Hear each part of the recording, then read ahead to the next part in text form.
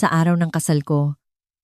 Ang hangin ay amoy matamis na cake at pabangong nakakasulasok.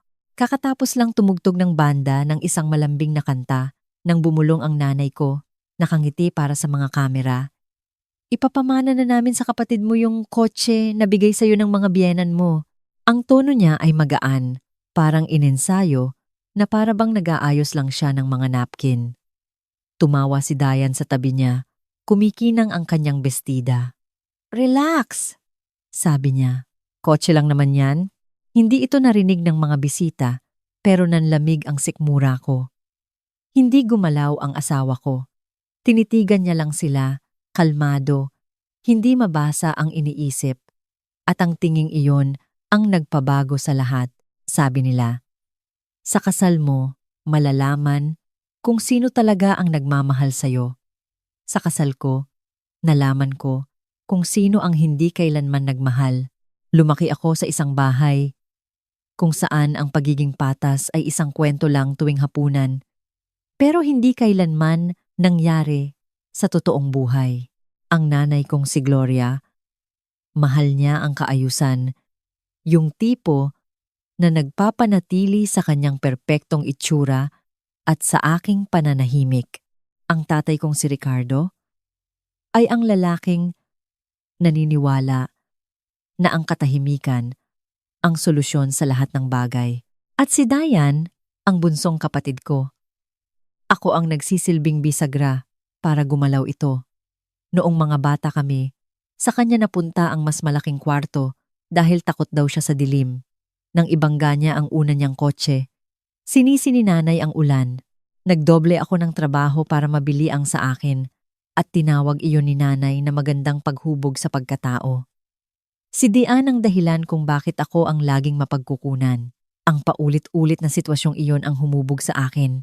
Laging may kumukuha at laging may nagpapaliwanag. Pagsapit ko ng 29, nakabuo ako ng buhay sa labas ng kanilang kwento. Isa akong interior designer, maingat at metikuloso. Yung tipo ng babaeng nagbabayad ng sarili niyang mga bayarin at hindi nang hihiram ng damit. Ang makilala si Marco ay parang pagtapak sa sikat ng araw na hindi nakakapaso. Galing siya sa isang pamilyang naniniwala sa mga hangganan at respeto. Hindi mayaman ang mga magulang niya, pero bukas palad sila sa paraang hindi nabibili ng pera. Nakikinig, nagtitiwala, nagbibigay sa'yo ng espasyo. Sa aming rehearsal dinner, inabutan nila ako ng isang maliit na silver na susi sa loob ng sobre. Pinaghirapan ninyo ito ng magkasama, sabi ng tatay niya. Heto, ang isang bagay na tutulong sa inyong pagsisimula.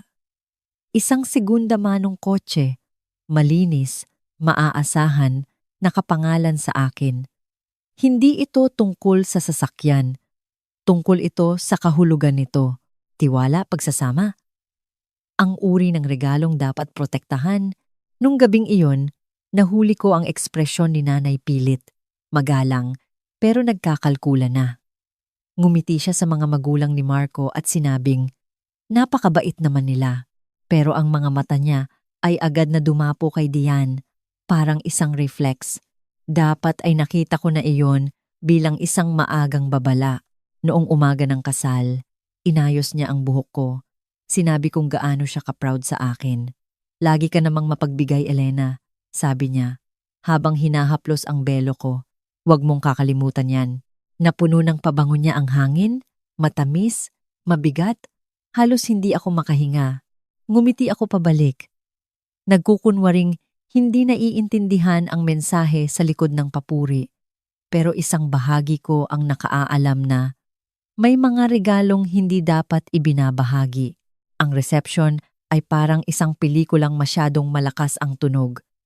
Tawanan, kalansing ng mga baso, 1,000 magagalang ng ngiti, lahat ay gumaganap sa iisang eksena. Ang kamay ni Marco ay nasa likod ko habang sumasayaw kami sa aming unang sayaw. Sa isang saglit, naramdaman kong ligtas ako na para bang sumang-ayon ang mundo na maging maayos. Tapos nakita ko si nanay na dumadaan sa mga tao. Ang kanyang pang-pageant ng ngiti ay nakahanda na. Tumigil siya sa tabi namin. Kasunod ang kanyang pabango. At nagsalita ng sapat na lakas para marinig ng mga kalapit na mesa. Ipapamana na namin sa kapatid mo yung kotse na bigay sa'yo ng mga biyenan mo. Lahat ng tunog sa silid ay lumabo. May tumawa sa kabilang mesa. Ang bokalista ng banda ay humaba ang isang nota na biglang parang sirena. Lumitaw si Dian, nagniningning sa ilalim ng mga fairy lights. Ang kanyang ngiti ay kumikinang. Relax, sabi niya. May halong pagbibiro sa kanyang boses. Kotse lang naman yan. Hindi ito tungkol sa kotse. Tungkol ito sa lahat ng bagay na kinuha sa akin at binalot bilang kabaitan. Tumingin ako sa mukha ni nanay. Kalmado, mapagbigay. Sigurado sa sarili na tama siya. Tumingin siya sa akin. Naghihintay na gampanan ko ang pagiging mapagpasalamat. Kaya nyo naman ni Marco ang isa lang. Dagdag niya. Lagi ka namang praktikal. May kumuha ng litrato? Isang bisita ang kumuha ng litrato. Nahuli ang kamay niya sa braso ko. Ang kanyang ngiti ay malapad. Sa litrato, walang makakakita kung paano humigpit ang kanyang mga daliri. Hindi ako sumagot. Hinaplos ng hinlalaki ni Marco ang loob ng pulso ko. Isang maliit na tanong. Okay ka lang? Huminga ako ng malalim. Amoy salamin at kike. At ang lumang lasa ng pagsunod. Lumapit si tatay. Naakit sa tono ng boses ni nanay. Anong nangyayari? Tanong niya. Ang mga matay palingalinga sa amin. Walang seryoso. Mabilis na sagot ni nanay. Tinutulungan lang si Dian. Ang malas niya kasi sa mga sasakyan. Tumawa ulit si Dayan, mahina at inensayo. Okay lang, Nay. Hindi naman siya tumututol na mag-share. Mag-share? Ang salitang iyon ay parang isang pasa. Naisip ko ang gabing nagpuyat ako para ayusin ang resume ni Dian. Ang damit na hiniram niya at nawala. Ang walang katapusang paghingi ko ng tawad para sa kanya. Lahat ng maliliit na pagsukong iyon na binihisan bilang pagmamahal, ngumiti ako. Maliit, kalmado, mapanganib. Tama ka, sabi ko. Hindi ako tumututol na mag-share. Nakampante ang nanay ko na pagkamala ng pagsuko bilang kapayapaan. Pero si Marco, hindi. Hinawakan niyang muli ang kamay ko. Matatag, sigurado. Sa kabilang dako ng silid, kumislap ang mga fairy lights. Isang kamera ang pumitik. Ang hangin ay siksik, tulad ng sandali bago bumuhos ang bagyo. Lumapit ako kay Marco at bumulong. Nagsisimula na naman sila. Tumingin siya sa akin, hindi nagulat, handa lang, at sa katahimikang iyon. May napagtanto akong simple. Hindi sila dumating para ipagdiwang ako. Dumating sila para subukan kung gaano kalaki pa sa akin ang pag-aari nila. Matapos hiwain ang cake at humina ang musika, nagsimulang umunti ang tao sa silid, sa gitna ng tawanan at alak. Ngumiti ako sa mga litrato, tumanggap ng mga pagbati na lasang alikabok, at binilang ang mga minuto hanggang sa makahinga akong muli nang mawala ang huling bisita patungo sa paradahan. Dumaan kami ni Marco sa isang gilid na pinto, palabas sa tahimik na pasilyo. Sumandal siya sa pader. Tinanggal ang butones ng kanyang kwelyo. Gusto mo bang kausapin ko sila? Wag na! Sabi ko. Hindi nanginginig ang boses ko. Nagawa na natin! Kumunot ang noo niya. At pagkatapos ay naintindihan. Pinag-usapan na namin ito ilang buwan na ang nakalipas, habang nagbibiruan sa harap ng takeout. Ang ugali ni nanay na gawing pag-aari ng pamilya, ang mga gamit ko ay hindi na bago. Iyon ay minanang pag-uugali, kaya nagpa siya akong ihinto ang pagiging namamana. 2 linggo bago ang kasal, tinulungan ako ng katrabaho ko, na isang paralegal din, na mag-draft ng isang notaryadong deklarasyon. Bawat regalong natanggap sa pangalan ko ay legal na protektado, hindi maaaring ilipat o ibenta nang walang nakasulat kong pahintulot. Pinirmahan ko ito ng asul na tinta. Ganoon din si Marco. Naaalala ko ang eksaktong sinabi niya nang tatakan niya ito. Hindi ka paranoid. Naghahanda ka lang. Pabalik sa pasilyo. Inabot ni Marco ang kamay ko. Alam mong posibleng mangyari ito. Umaasa akong hindi, sabi ko. Pero ayokong masugatan ulit ng walang bendahe. Nakatayo kami roon saglit. nakikinig sa mahinang tawanan mula sa banquet room. Tila malayo, hungkag, parang isang bagay na nagtatapos na. Naisip ko ang itsura sa mukha ni nanay, ang kasiyahan ng kontrol na nakabalat kayo bilang pagkabukas palad. Ginugol niya ang maraming taon sa pagsasanay sa akin, nagampanan ang papel ng magalang na anak.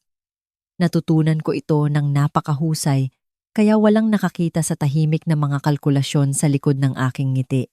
Nag-vibrate ang phone ni Marco. Isang text mula sa isa sa mga bisita. Nagpo-post na ang kapatid mo tungkol sa kotse. Itinutok niya sa akin ang screen.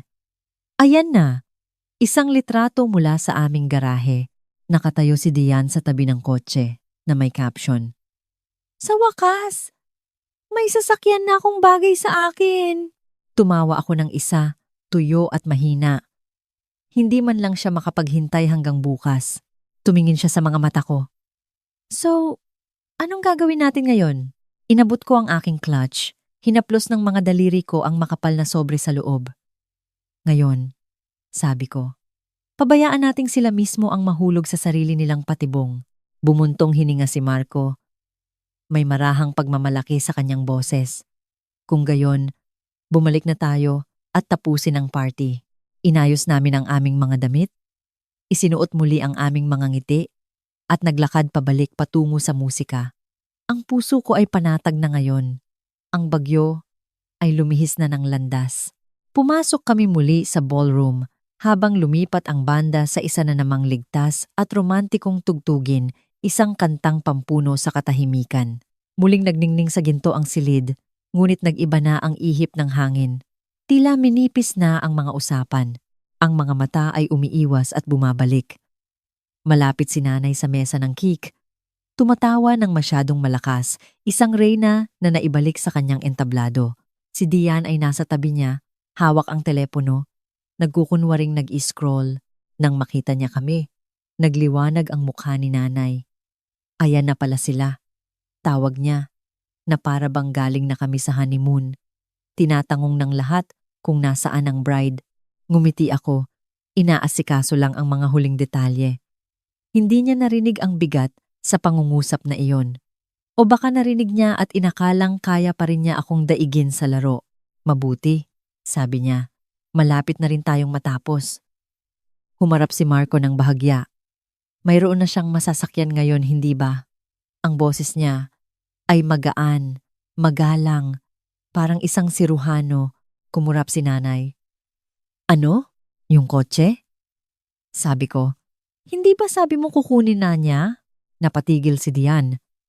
Palingalinga ang mga mata sa amin. Naman, Elena, simula niya. Wag mo nang gawing weird to. Kotse lang naman yan. Ang narinig ko, putol ko sa kanya. Lumapit si tatay. Sinusubukang mamagitan. Pwede bang? Humarap ako sa kanya, kalmado.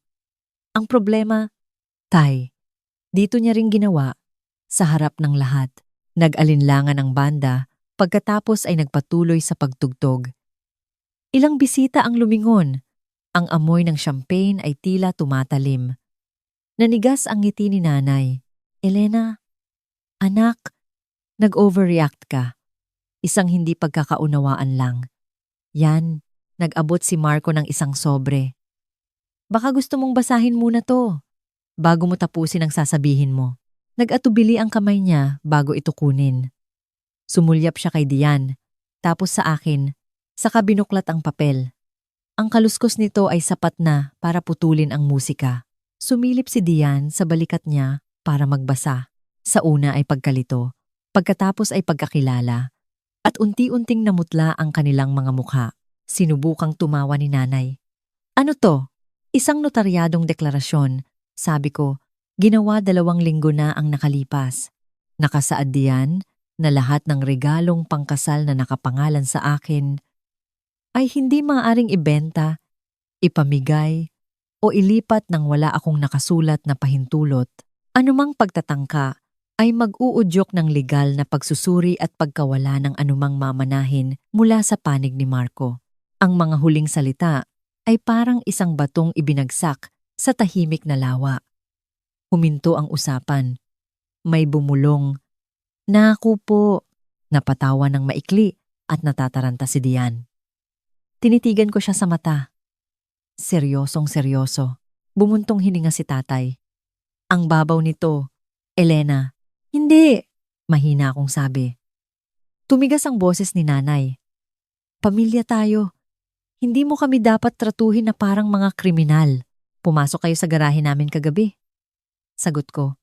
Kumuha kayo ng litrato ng kotse at ipinost nyo. Nanigas ang mukha ni Dian. Joke lang yun. Symbolic?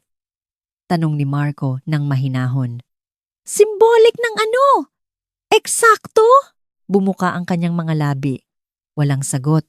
Humarap ako kay nanay. Hindi ito tungkol sa kotse. Tungkol ito sa paulit-ulit na nangyayari. Tinatawag ninyong pagmamahal kapag kinukuha ninyo ang akin at sinasabi ninyong mabuti ako dahil ibinibigay ko ito. Nagiging dramatic ka, sigaw niya. Siguro, sabi ko. Pero sa pagkakataong ito, ang drama ay may mga saksi. Isang alon ang dumaan sa mga bisita, mga teleponong kalahating nakataas, kalahating nakatago. Nabasag ang boses ni Dian. Ipapahiya mo talaga ang pamilya ng ganito? Hindi ako ang nagpapahiya, sabi ko. Tinatapos ko lang ang script. Hinawakan ni Marco ang kamay ko.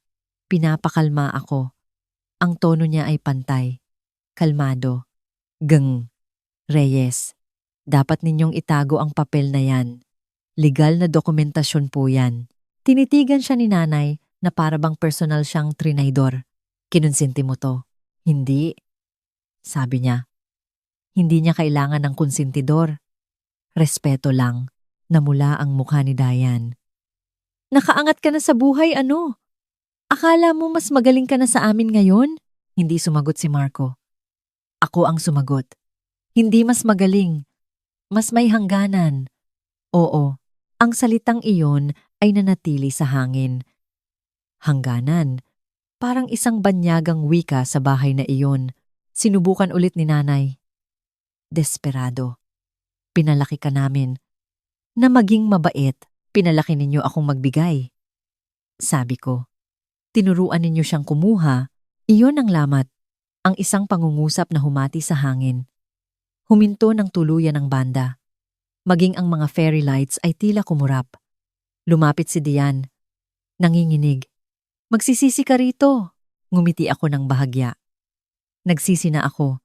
Sa loob ng 29 na taon, sa unang pagkakataon, nabasag ang perpektong composure ni nanay. Nanginig ang kanyang boses. Elena, pakiusap. Huwag mong gawin ito sa harap ng lahat. Kung gayon, hindi mo sana ito ginawa sa akin. Sa harap ng lahat. Bumuka muli ang kanyang bibig, ngunit walang lumabas na salita. Ang katahimikang sumunod ay halos mahahawakan. Lumapit si Marco sa banda. Tumugtog kayo, mahina niyang sabi. Itinaas ng drummer ang kanyang mga stick. Hindi sigurado. Tumingin sa akin ang bokalista para humingi ng pahintulot. Tumango ako. Muling umangat ang musika. Malambing, mapanghamon, isang tibok ng puso. Hinila ako ni Marco pabalik sa dance floor. Nagbigay daan ang mga bisita na para kaming mga maharlika o isang bomba habang gumagalaw kami. Nakita ko ang mga refleksyon sa mga salamin. Ang mukha ni nanay ay maputla at hindi gumagalaw. Ang maskara ni Dian ay kumalat. Si tatay ay nakatingin sa sahig. Ang sobre ay naiwan sa mesa sa pagitan ng mga basyong baso. Huminga ka, bulong ni Marco. Humihinga ako, sabi ko. Nang matapos ang kanta, lumingon ako sa aking mga magulang na nakatayo pa rin malapit sa cake. Ang tulong ay hindi pagnanakaw, sabi ko ng pantay. At ang pagmamahal ay hindi karapatang manghimasok. Inilagay ko ang basyong kupita sa tabi ng sobre at lumakad palayo kasama si Marco sa gitna ng dagat ng tahimik na mga titig. Sa likuran namin, walang palakpakan, mga bulungan lang na parang hangin sa isang sirang pinto. Sa labas, sa ilalim ng mga ilaw, inilabas ko ang lahat ng kinimkim ko sa loob ng maraming taon. Ipinulupot ni Marco ang kanyang braso sa akin. Okay ka lang? Tumango ako. Tingin ko, Tumigil na akong humingi ng tawad. Ngumiti siya.